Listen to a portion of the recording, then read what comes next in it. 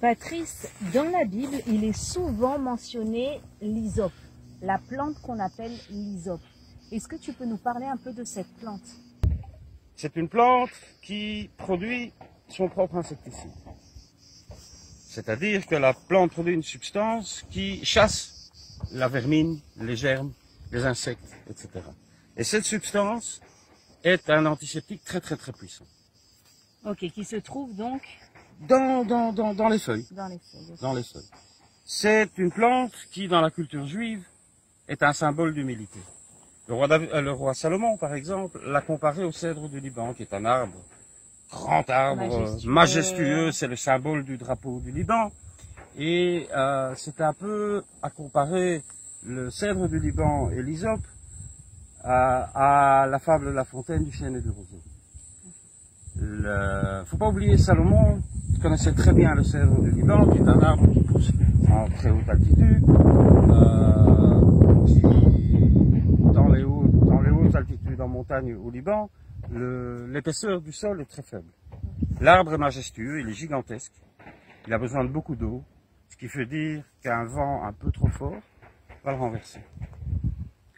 L'hysope, par contre, c'est une plante Qui paye pas de mine. qui paye pas de mine. C'est un buisson insignifiant que tout le monde peut utiliser, que ce qu'il soit riche, pauvre, roi, paysan.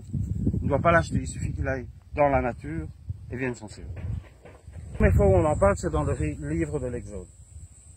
Les 10 plaies d'Égypte, la 10e des 10 plaies d'Égypte, était la mort du nouveau-né. Pour éviter le passage de l'ange de la mort, les Hébreux ont eu le commandement de Dieu de peinturer les linteaux de leurs portes avec le sang d'un agneau. Mais Moïse a rajouté quelque chose. À l'ordre de Dieu, Moïse a dit, vous allez utiliser comme pinceau les branches d'hysope. Parce que vous devez comprendre que demain vous serez libre, mais pour cela vous n'avez rien fait. C'est l'œuvre de Dieu.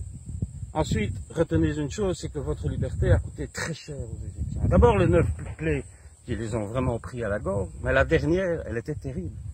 Les Égyptiens ont perdu une entière génération, ou une génération entière. Non seulement d'êtres humains, mais de bétail, de céréales, de tout ce qui était premier. Tout ça a disparu. Donc, réjouissez-vous d'être libre, mais ne vous réjouissez pas des malheurs de votre ennemi. Bien plus tard, deuxième roi juif, un monsieur pas très grand, soit de roux, soit de blond, ça dépend des traductions, avait un certain problème même certain, c'est qu'il aimait les femmes un tout petit peu trop, au point de voler la femme d'un de ses officiers. C'est David. C'est David. Et David étant censé être un roi, étant censé montrer l'exemple, et un roi qui vole les femmes des autres, c'est pas vraiment un bon exemple, il a entraîné le courroux de Dieu. Et Dieu lui a envoyé une maladie de la peau. Certaines traductions parlent de lèpre, je ne suis pas tout à fait d'accord, parce qu'on traduit toutes les maladies de la peau en hébreu par lèpre. Disons une infection de la peau. Et si vous lisez le psaume 51, versets 7 à 9, dans le livre des psaumes, vous apprenez que le roi David est allé voir le grand prêtre et lui a demandé de le purifier, de le laver avec de l'hysope jusqu'à ce que sa peau devienne aussi blanche que neige. Qu'est-ce que ça veut dire? Dieu lui a envoyé une maladie de la peau. Il va chez le grand prêtre pour lui demander de le purifier, de le laver avec de l'hysope. C'est un sens spirituel et pas littéral, ou au final? C'est les deux. Okay. Le sens spirituel, c'est dire, oups, j'ai commis un grave crime de lèse-humanité.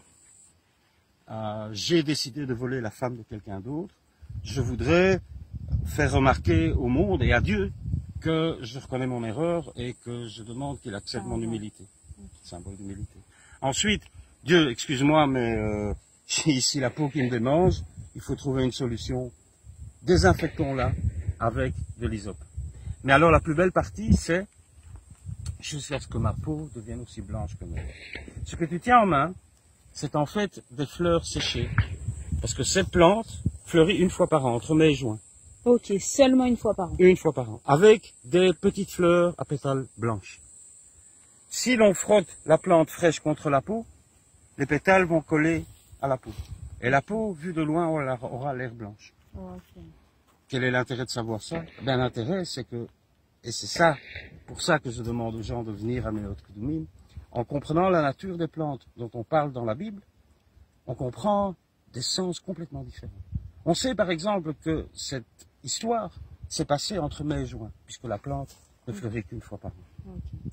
Donc, en connaissant la nature du pays d'Israël, eh bien, on comprend beaucoup mieux les Saintes Écritures. On peut mieux situer et comprendre le contexte dans lequel ça a été écrit. Absolument. Et même, Jean, dans le Nouveau Testament, décrit les derniers instants de Jésus sur sa croix.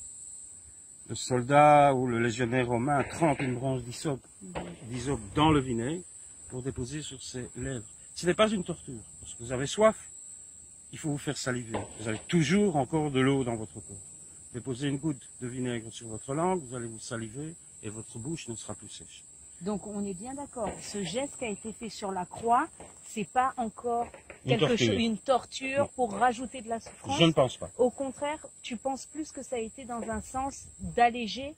Je ne sais pas, ça peut être pour alléger la souffrance ou pour le tenir en vie plus longtemps, pour qu'il souffre plus longtemps. Ah, je n'en sais rien. okay. Mais la partie intéressante, c'est que Jésus, reconnaissant la plante, symbole d'humilité, il a prêché pour l'humilité pendant toute sa mission sur terre. Okay. Voyant ça, il a fermé la boucle et s'est dit, tout est accompli. Tout est accompli. Sa dernière parole. C'est sa dernière parole et il est mort juste après.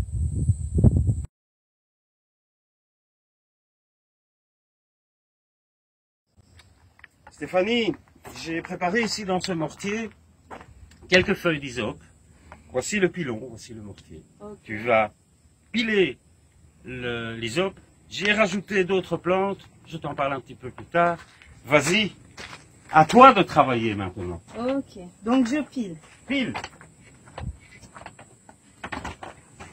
Et qu'est-ce que tu es en train de me faire là? Je suis en train de te faire piler des feuilles d'hysope avec ceci, qui est en fait le fruit du sumac. C'est une plante qui donne des grappes de fruits ou de fruits, de petits fruits, très très sûrs. Et c'est ce qui donne le côté pétillant de la préparation que tu vas faire, qui est très connue ici en Israël. Tout le monde utilise le terme arabe, ça s'appelle za'atar. Ah, za'atar. Za'atar. Ok. Excellent avec de l'huile d'olive fraîche de nos oliviers. Un peu de sel. Tu trempes ton pain dans l'huile. Tu trempes ton pain dans l'hysope que tu vas mettre dans cette assiette.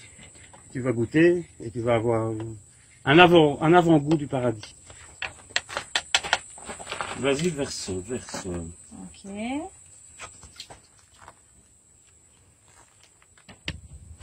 D'accord. Alors, prends un morceau de pain. Merci. Et suis avec précision ce que je fais. Tremper dans l'huile d'olive, tremper là-dedans. Donc là, c'est de l'huile d'olive. Bon appétit. De l'huile d'olive de nos oliviers. De l'hysope avec ta petite graine. Et on mange ça comme ça. Et du sel.